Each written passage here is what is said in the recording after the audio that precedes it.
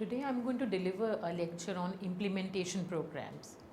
So after I finish my lecture, you will understand the need for implementing prevention programs, learn the various issues in implementation and the types of implementation programs that are there. You will always be able to compute the integrative approach to implementation and analyze the working of these programs.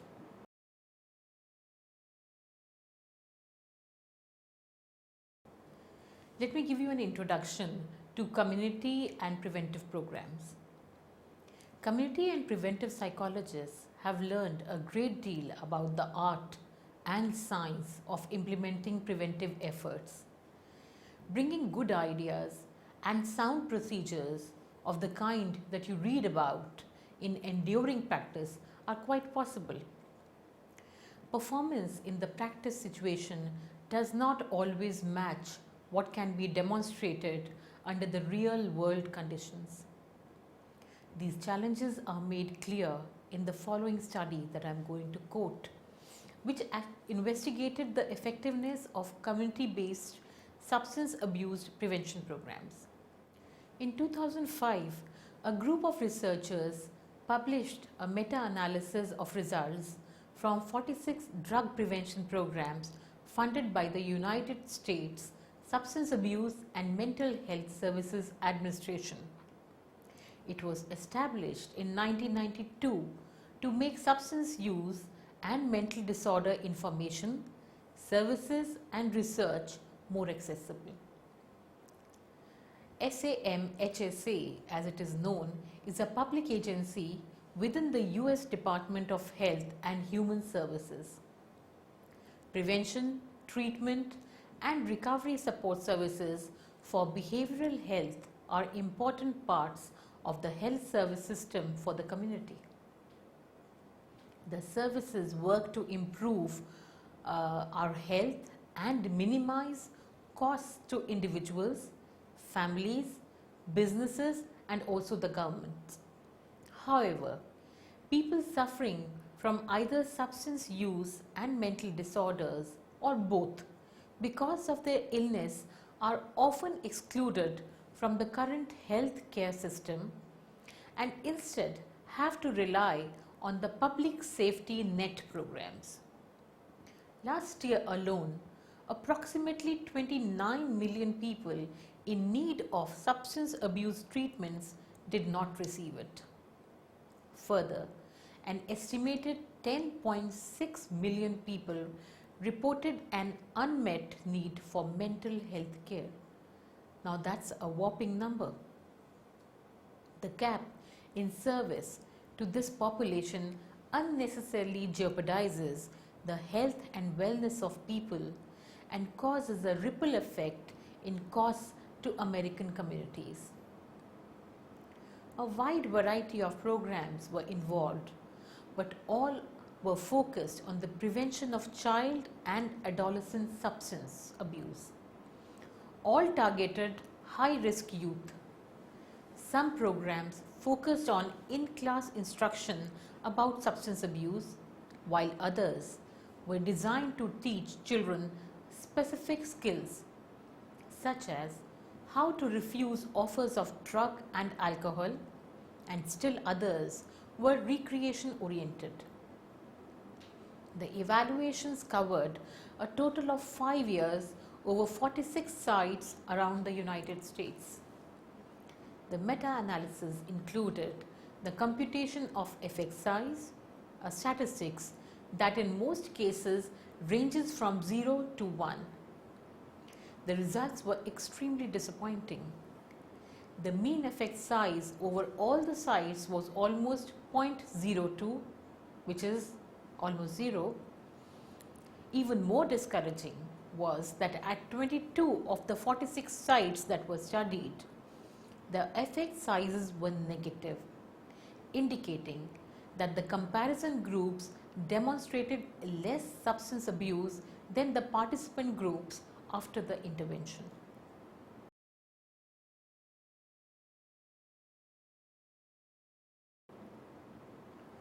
Moving on to the implementation and effective working of programs.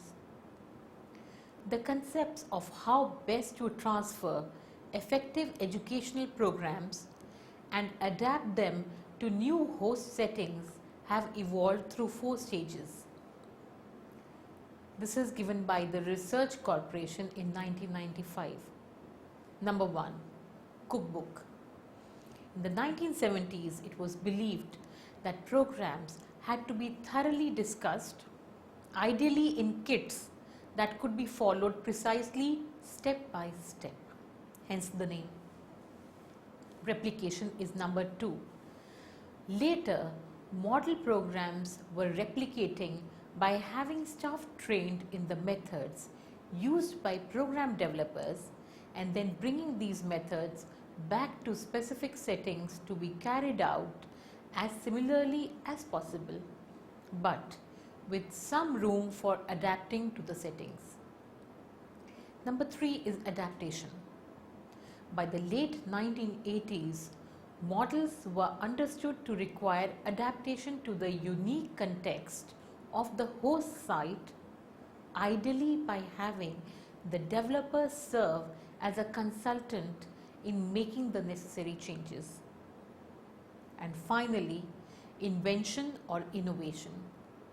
Recently, models have been seen as sources of ideas and inspiration rather than procedures to replicate or adapt. There is an emphasis on creating a program tailored to the unique circumstances at a given time, yet using ideas gleaned from best practice literature. When we say that implementation prevention in real life settings is as much an art as it is a science, we do not mean that one is more important than the other. Scientific programs must underlay implementation efforts. It will not just happen in the cookbook approach that was used in the 1970s. Prevention programs cannot just be replicated or even adapted to a local setting. There must be a true innovation involved in every implementation. But that innovation must be based on real knowledge. Here is where an ecological understanding of the settings, the community, and the diversity is so helpful. Adopting an action research model can help ensure that you are continually generating the knowledge needed to inform innovative implementation. Let me reiterate the 4 steps that I have already talked about. Number 1 was the cookbook. The name is given because it has to be followed step by step. Number 2 is replication in specific settings. Number 3 is adaptation, bringing about necessary changes. And 4th is invention, whereby we need to have ideas and inspiration both.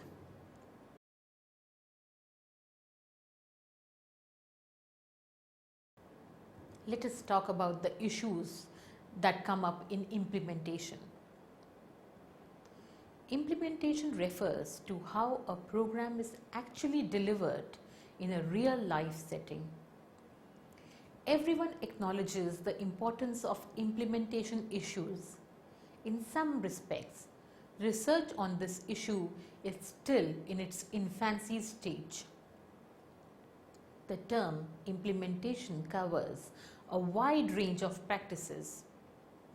Dulac and Dupre in 2008 discussed 8 different aspects of implementation. These are: number 1, fidelity. How closely is the design of the original program maintained? Number 2 is the dosage or intensity. How often or how frequently is the program presented? Number 3 is the quality.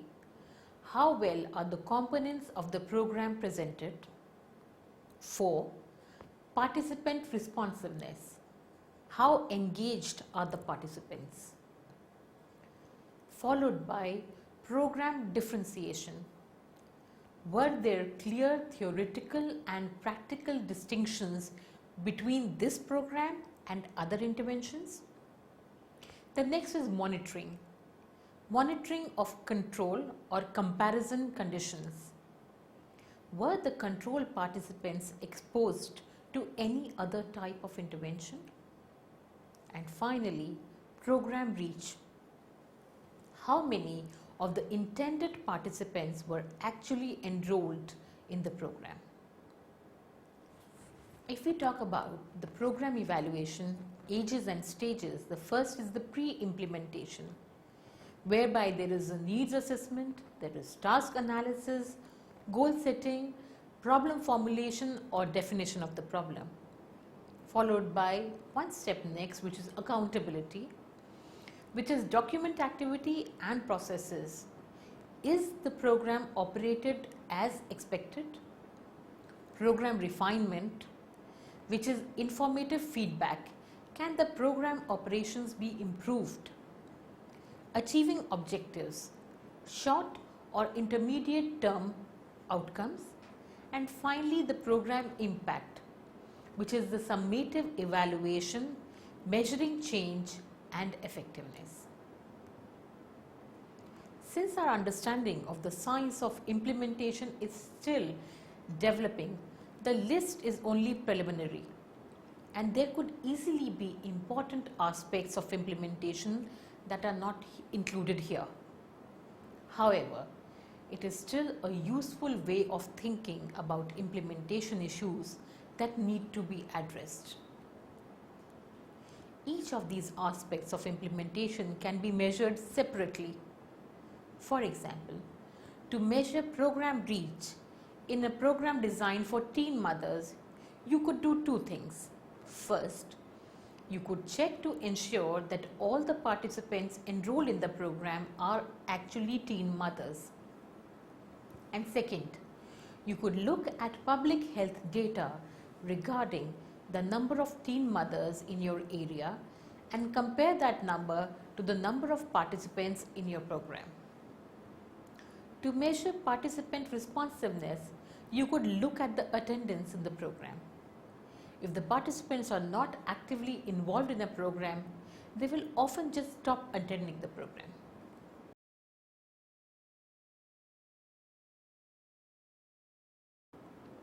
Moving on to the implementation models. The process of going from original development of an innovation to its widespread implementation is sometimes referred to as scaling up. That process represents the core of this lecture. Combining this work with a community psychology perspective, 4 stages of program development and implementation have been identified. Let's begin with the first one. Experimental development. A program demonstrates its effectiveness under small-scale, optimal, highly controlled conditions compared to a control group. Number 2 is the technological application.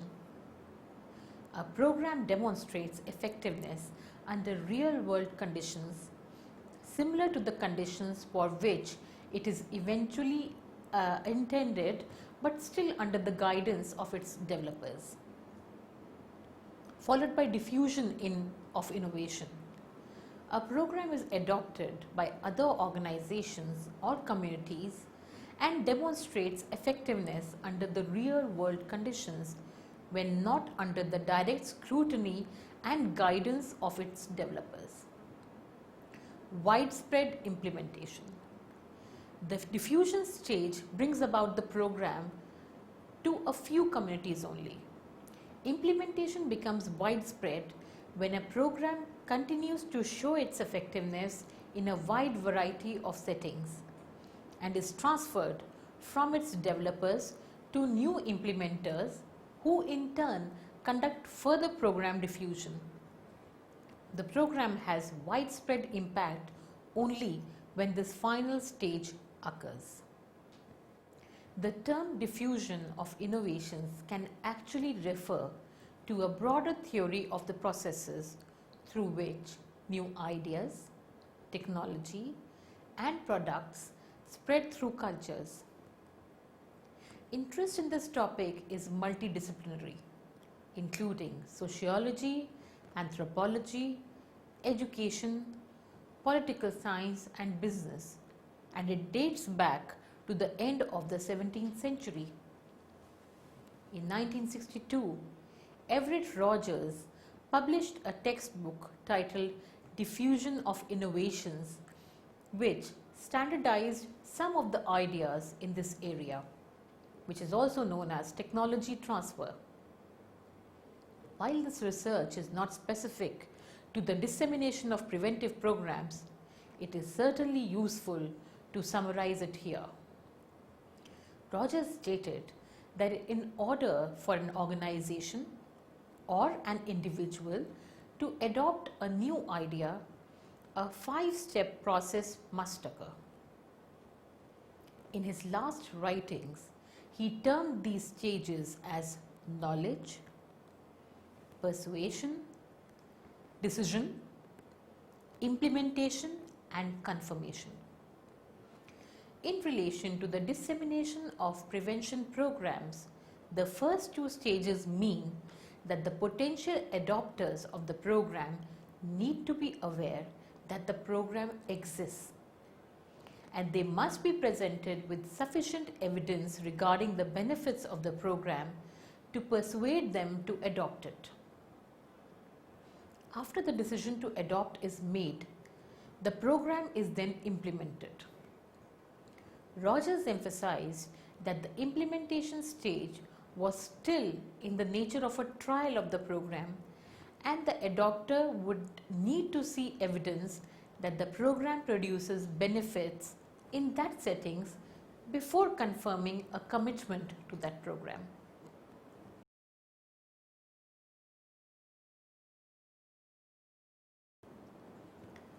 Let me talk about an integrative approach to implementation. Dissemination and implementation, which attempts to describe the key elements and relationships involved in this process. The model describes 3 systems: the prevention synthesis and translation system, the prevention support system, and the prevention delivery system. This model is not meant to describe the stages or processes involved in program dissemination and implementation. Rather, it describes the systems that need to be in place in order for these processes to be successful. The prevention synthesis and translation system addresses the fact that information regarding promising prevention approaches is often difficult to access. It is published in multiple journal articles, often in specialized language and without the level of detail necessary for program adoption. This system acknowledges the need for someone to find all the information, synthesize it, and translate it into a form that is useful for the potential adopters. The prevention support system addresses the capacity of organizations and communities to successfully adopt new innovations. This concept of capacity is so important that I will discuss it in detail later in this section. One very important part of a good prevention support system is to provide significant training and technical support to adopters of a prevention program. This can help to develop the organization's capacity to successfully implement the program. The basic result from the research is simple but very profound. Sites that demonstrated better program implementation, specifically closer fidelity to the original program and higher dosage levels, had effect sizes 2 to 3 times higher than sites demonstrating poorer program implementation. The researchers then went on to look specifically at which factors the greatest effect on the implementation process had. They listed 23 factors that were each identified as impacting program implementation in at least 5 of the articles they reviewed. Those 23 factors were grouped into 4 categories. By far, the largest portion of the factors, that is 11 out of 23, related to the organizational capacity of the prevention delivery system.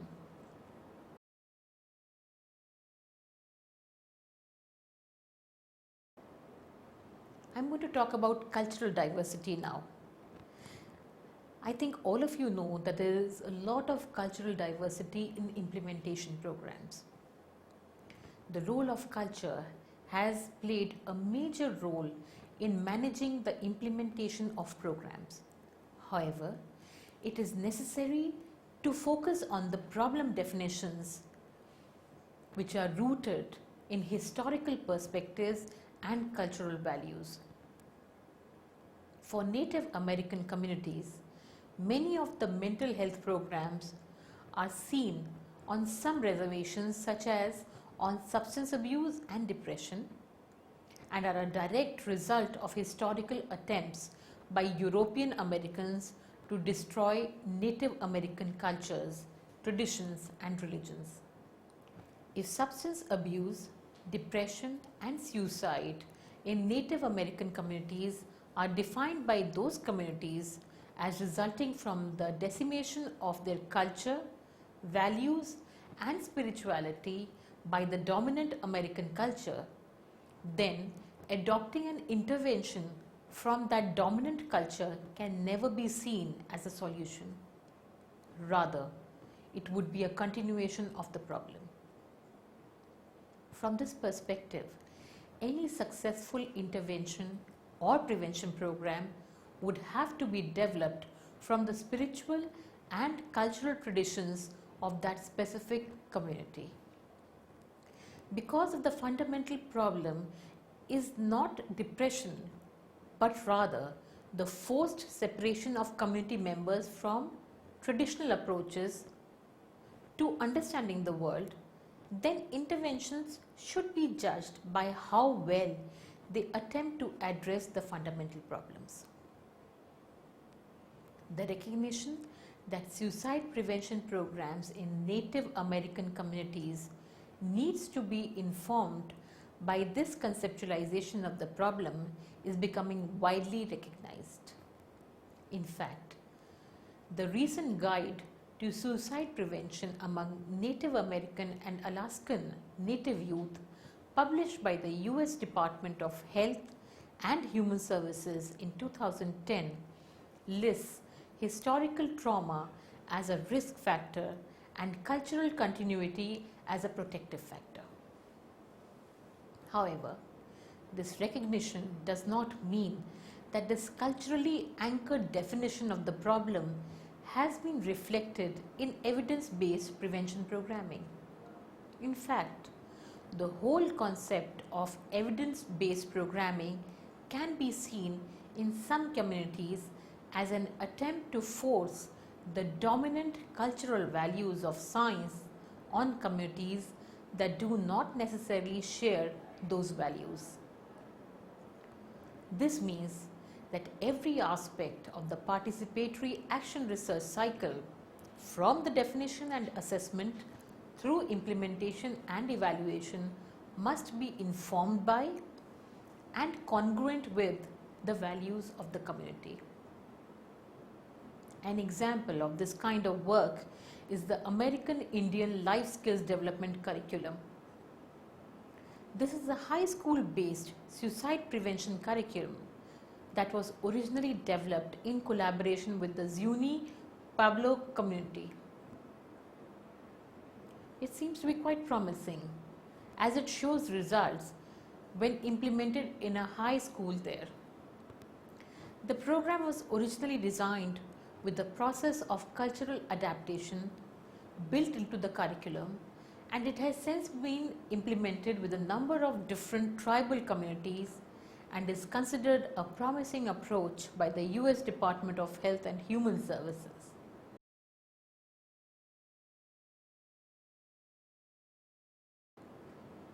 Let me summarize the lecture that I have delivered to you. The goal of the implementation programs is to strengthen the whole community and address the key issues irrespective of anything else. All these programs have their largest effects when they are systematically applied in conjunction with other programs and services.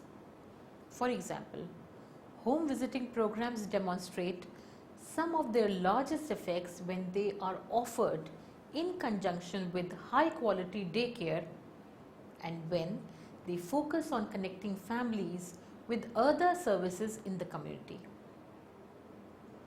The process of spreading an effective program to many settings consists of 4 stages. Number 1, the experimental development. Number 2, technological application. Number 3, diffusion of innovation. And number 4, widespread implementation. This process is sometimes termed scaling up. 2 general types of models have been developed to help explain the gap between prevention researches, the first 2 stages, and the practice, which is the last 2 stages.